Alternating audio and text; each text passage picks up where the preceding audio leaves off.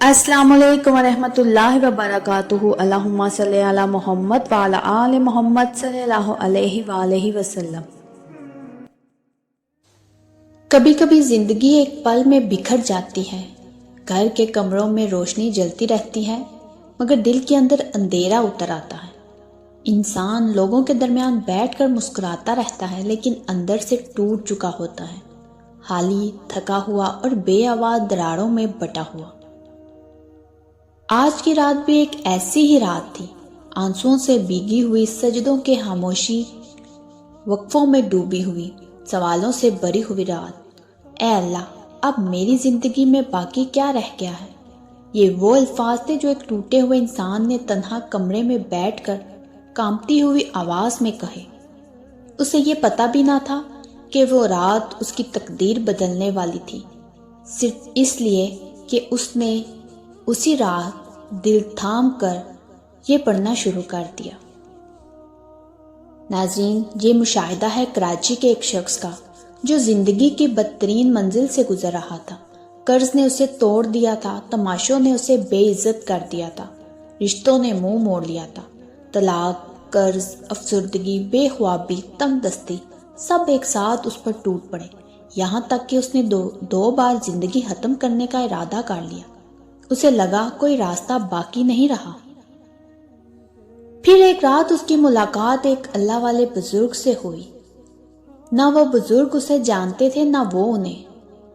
بزرگ نے صرف اتنا کہا، بیٹا، جب بندہ ٹوٹ جائے نا تو اس کا سب سے قریبی راستہ مدینہ ہوتا ہے۔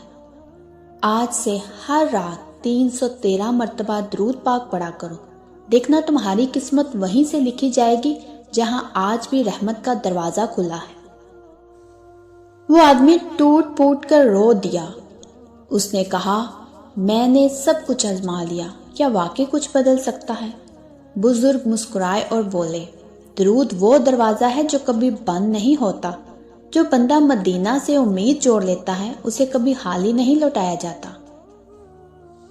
اسی رات سے اس شخص نے 313 مرتبہ درود پڑھنا شروع کر دیا، بغیر ناگے، بغیر تھکے، بغیر کسی شک کے۔ صرف 11 دن گزرے تھے کہ معجزہ سامنے آیا۔ جس شخص نے اس پر قرض دیا تھا اور روز ذلیل کرتا تھا، اس نے خود فون کر کے کہا، مجھے نہیں معلوم کیوں مگر دل کہہ رہا ہے کہ تمہارا قرض معاف کر دو۔ مجھے لگتا ہے اللہ نے تمہارے لیے آسانی رکھ دی ہے۔ وہ لمحہ اس شخص کی زندگی کا نقطہ انقلاب تھا۔ پھر صرف 3 مہینوں میں اس کی دنیا بدل گئی۔ رزق واپس، عزت واپس، دل کو سکون واپس اور سب سے بڑھ کر یقین واپس۔ اس نے بس ایک ہی بات ہر جگہ کہنا شروع کر دی، درود کبھی بے اثر نہیں ہوتا۔ ناظرین، ہم میں سے ہر کوئی کسی نہ کسی درد سے گزر رہا ہے۔ کسی کا زخم محبت ہے، کسی کا امتحان رزق، کسی کا داغ تنہائی ہے اور کسی کی تھکن زندگی۔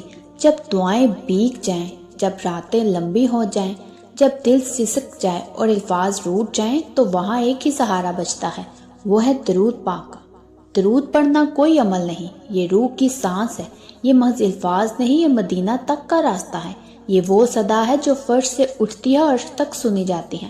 جب زبان پر اللہم صلی علی سیدنا محمد آتا ہے تو دل پر نور کی پہلی فوار اترتی ہے اور پھر قطرہ قطرہ اترنے والا نور اندھیروں کو شکست دینے لگتا ہے۔ اللہ اپنے محبوب صلی اللہ علیہ وآلہ وسلم کی محبت کو عزت دیتا ہے۔ درود وہ واحد صدا ہے جو کبھی رد نہیں کی جاتی۔ جو دل سے درود سے بڑھ جاتا ہے اس پر مایوسی دیر تک ٹھہر نہیں سکتی۔ تو آج سے شکایت چھوڑ دیجیے، آنسو پونچھ دیجیے، ڈرتی ہوئی سانس کو ہمت دیجیے اور بس درود پڑھتے رہیے، 313 مرتبہ، 100 مرتبہ یا 11 مرتبہ، جتنا بھی نصیب ہو، مگر محبت کے ساتھ۔